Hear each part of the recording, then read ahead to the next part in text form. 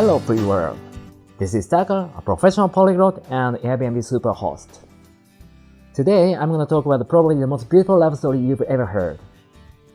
PK Mahanandia was born as untouchable in India in 1949. Being the lowest caste means you are not allowed to visit temples. You have to stay in the veranda during classes. In spite of this long-lasting darkness in his childhood, he had just one hope in his mind, a weird prophecy. Immediately after he was born, an astrologer told his parents his destiny. He's gonna marry a white girl who came from a faraway land. Not from his village, not from his state, and not even from his country. She's musical, born under the sign of Taurus, and owns the jungle. PK and Lotta, his Swedish wife, have been happily married for more than 40 years in Sweden. Their love story turned into a book and has been translated into more than a dozen languages, and I am the Japanese translator. The two met for the first time back in December 1975, but she was forced to go back to Sweden because she was just a 20-year-old college student. Back then, there was no Ryanair. He didn't have a driver's license either. So how did he get to Sweden? Now, here comes PK and Lotta themselves. Enjoy! First of all, I'd like to thank you, and Lotta like to thank you. Your enormous work you have done. So this is a Japanese copy. I'm fantastic. I'm highly impressed. In short time, you could make such a huge work, and that author took 6 to 7 years, and you did it in 2-3 weeks. Yeah, it took me about, I think, 3 weeks to complete this book. So first of all, this interview is made for the people who have never read this book before. Okay. So first of all, the most obvious question would be, PK, how did you get to Sweden from India? By overland on hippie trail, the old Silk Road. And Bicycle. Bicycle. Also, some places I took trucks also, the heavy truck. It was, that road, the only road, it was heavily trafficked by the trucks because the goods were importing, from India to Europe. So that was one of the greatest opportunity I feel. So bicycle, I was getting tired, I was so. And after the Afghanistan is a huge country, is a big country, I thought I thought I could not make it. Thank God when I was helpless, the truck drivers helped me also. In the middle of nowhere, in the full of it's a desert for 200 kilometers. Yeah. And it was like a moon landscape in Afghanistan, like moon. I thought I landed in moon. Hardly any people there. You don't find any people, just only sand and. Driving for hours without speaking.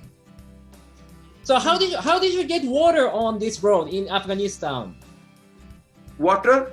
Yeah, water. Yeah, money does not mean anything anymore. I had one hippie trail gave me a present, the water bottle. So I had 3 bottles. I had water bottles. And sometimes I met the gypsies. The what do you call it? Gypsy? No, it's called Nomads. Nomads. Nomads. You mean Western travelers? When I asked for the nomad people, I could speak their language, and I showed only a hand, like this, and they gave me milk, camel milk. So I met very nice people on the way, very helpful people. So PK, so tell us about what does being untouchable mean in the Indian society which you are born? Untouchable means you are. It's like same thing. Now we have got pandemic. Now we are all untouchables. We are keeping distance 2 meters. And social distancing, because nothing new to me. It is very old to me. Since childhood, I had social distancing, like whole world is facing now. Yeah. So no one is touching me. By mistake, they were touching me. Then they were running. They used to get angry and they used to run to the river to take bath. I said the water in India, the Indian river is not so clean. No. But for the Indian people, your presence is filthier than those dirty water. Yeah, but in my village, the river water was quite clean. But there was no factory there. In my village, that river, we used to drink water directly. Directly. But in Delhi or city area or other places were dirty. But in my village, the water was clean in jungle, waterfall, you know. Isn't that quite rare in India? Because most of the Indian people don't have the access to clean water. Yeah, you are right.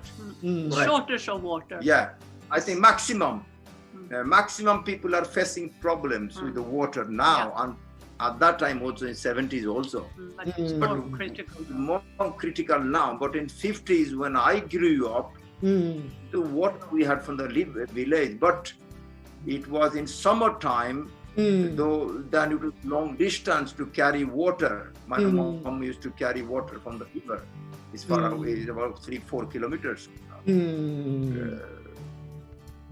So, but the water was clean, but they were digging on the sand and making new small holes on the sandbank to have more clean water. But now it has changed. I'm talking about more than 50 years ago was nice. So before industrialization, modernization of India. Yeah. In India is a lot of problem with water. But they have problem with the caste system and all everything, you know. There's the attitude, the mental, what do you call it? Mental issue. Yeah. So now it's about time to talk about the caste system. When and how did it start in India? It started, according to history, the first day in school I think it was 5th class, 4th or 5th class, something. We read about the first page only, the 2500 before Christ. Before Christ? Yeah. And the Aryan people came, or white-skinned people came to Ganges valleys, the northern India. And when they came, those people, they had horses, they had weapons, arrows and bows, and also they had a structure, social structure. I think in Sweden also they had also the same system. And so it is nothing new to India, but it established in India very strongly, very brutally. But in the beginning, it was a very nice system actually. In the beginning, it was division of labor. Some people do, you do particular. One group will take care of the holy books, the priest. One group will take care of the arms of the society, that's the Maharaja and the warriors. And one group will take care of the stomach of the society. That means they will collect food and cultivate food, you know. So it was divided in 4 castes, 4 groups, main groups. But now that 4 groups there are more than 5,000-6,000 groups, you know. But subdivision. So in Sweden also we had the system. It's called Skoväsendet, means the noble, like Lotta's forefathers, they were nobles, you know, the warriors. And the same thing, you know, in India also, the same thing. And they had also 5th group. They were called, in Swedish, they were called, Trällar. Trällar, they call it. But that system in Sweden or in Nordic countries, prohibited by law 1335. 1335. Yeah. So about 700 years ago. Yeah. So I'm very happy when I discovered, when I came to Lotta's family, I went to the House of Nobles in Stockholm for the family meetings. And I said, oh my God, they talked about the system in Nudi. I could feel it. I know this system in India, I said. 5 groups. Because the fingers, human being had 5 fingers in the beginning when they were born, you know. So anything you are dividing, they were counting with the fingers, you know. So order means I told you the royalty, nobles, and the priests, and you know, like that, you know, and the tellers, right? So it was very fascinating. There are similarities about Nordic, ancient Nordic, and Indian caste system. But that is prohibited by law. But in India, it's not prohibited. This 5th group, the untouchability is prohibited. You understand? Yeah, I understand. But caste system is not prohibited. Means you have a sickness, you are trying to cure only the symptom, not the cause of the roots of the disease. You understand? Yeah, I understand. Yeah. So I wish one day there will be a paragraph in Indian Constitution that not only untouchability is prohibited, but whole caste system is not relevant now. So it will be prohibited by Nordic country like Sweden. That is So in a way, India is 700 years behind Sweden in terms of human rights. Yes. Yeah, correct. You are very correct. So PJ, so tell us about the prophecy at the time of your birth, which decided your fate. Yeah, that in the book you can find it, but I can shortly I can say because that was the only hope I had actually. Your only hope.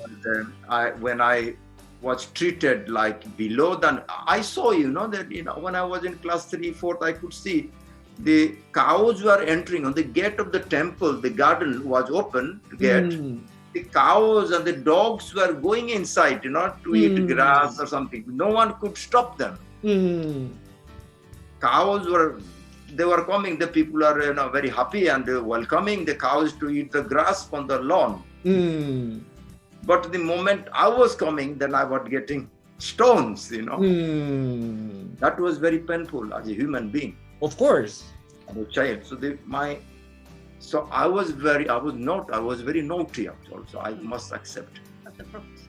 Yeah. And the prophecy was my father when I was born. That is very common in India. And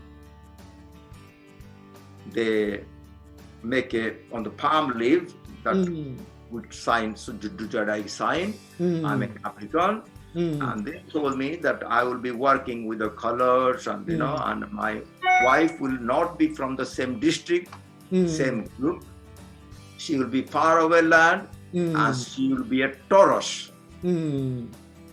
Taurus, and she is playing piano, not piano, but a flute, they said. Piano, the word I didn't know that. They didn't know about piano in India. They're a flute, they said. And she's a musician. And my father is not going to do any arranged marriage like in India, In India, the parents decide whom to marry, They still are. But mine was different. So my father was very happy that he doesn't have to worry for my marriage. And then when I met her directly, I asked, I couldn't speak good English either, I remember. But I asked her, are you born in May or Taurus? Yes, he said. Then I said, then I know more about you. You play flute? She said, yes. And third question I asked, oh, you are owning jungle? She didn't understand. She said, you mean forest? Yes, yes. You own a forest? Yes, yes, lots of forest. So, you understand? Yeah. And then I didn't ask him anymore. I said, we are destined to meet. It is decided in the heaven, I said. In broken English. Decided in the heaven, we are destined to meet and you are going to be my wife. I said, and so it's Lotta's turn. So could you tell us why your family owned the jungle ever since you were born?